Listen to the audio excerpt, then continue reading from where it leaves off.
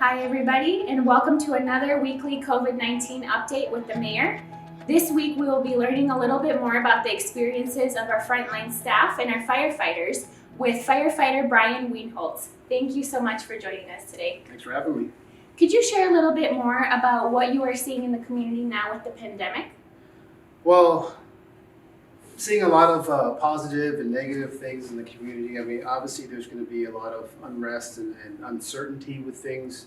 You really have to acknowledge that people's lives have been upended. Kids are home from school, that structure's gone. A lot of people are out of work right now, and so the stress from that is completely understandable. At the same time, though, we're seeing a lot of community. A lot of people are out and about, enjoying the sunshine and making the best of it, which is fantastic. Doing all that they can to kind of keep their hopes and their spirits up and to really adjust to this new normal. Right. And we know that you are still taking your regular calls as normal. And what does it look like? How does it look different now in the middle of the pandemic? How are your responses changing? Well, we've changed quite a bit how we respond, especially to the new types of calls that we're responding to. Obviously, if you call us, we're obviously going to come every single time, but we may look a little bit different. So we may have on a little bit extra PPE or personal protective equipment that we call. You might see us wearing masks and more gloves and maybe gowns and goggles and that sort of deal. And that's as much to protect us as it is to protect you. We don't want to pass anything on that we've come across, onto our residents and make the issue even worse. But at the same time, we want to be able to respond to you when you call. So our health is obviously a priority as well. That makes sense. And what we know with a lot of our essential staff and our frontline workers and first responders, you guys are out there day to day in the middle of the pandemic, and you are risking your health and the health of your families. And I do know that this has been stressful for not only you as first responders, but also your families. Could you share a little bit more about what that stress has been like for your family? Sure. Well, our job is inherently stressful, whether now or even before this outbreak has began. It's just changed a little bit, and the things that we respond to are a little bit different, and we've been able to respond to them accordingly.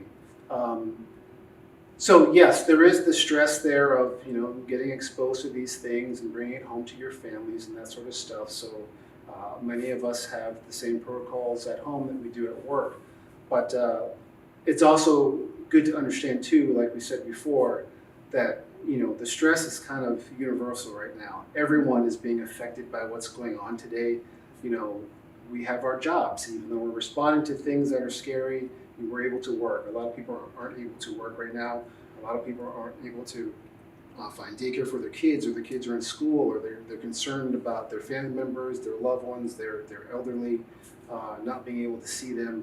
And that is a heavy, heavy burden for people. And I think it's very important that we as first responders and as leaders in this community acknowledge that stress that our residents are going through, and have them know that we are here to support you during this time. Thank you for sharing that. And I also just want to share that we are very thankful for the work of our first responders, and we thank all of their families for supporting their family members and protecting our community during the pandemic. So thank you for your work, and thank you to your families. And lastly, we know that while this pandemic has been absolutely stressful, we've also seen Richfield residents come together as a community. So can you share a little bit about what you're seeing in our community here in Richfield and how we've come together, but then also talk a little bit more about the birthday parades, because I know our residents love that. Sure.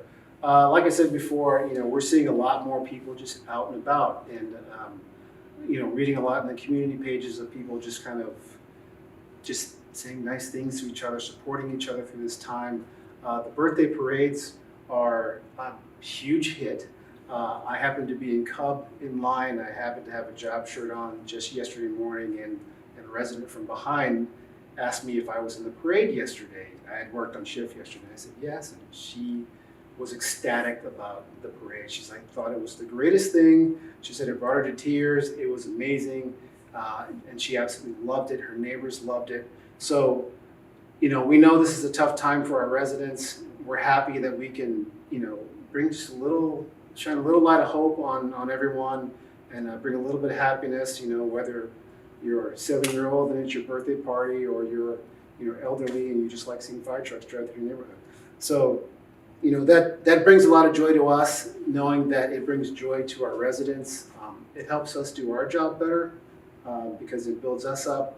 It supports our community. It's a win-win. Great. Well, thank you for spending time with us today to give us an update. And once again, thank you to all of our firefighters, to all of their families, and to all our first responders for everything you're doing to protect our community. See you next week. Thank you. Thanks.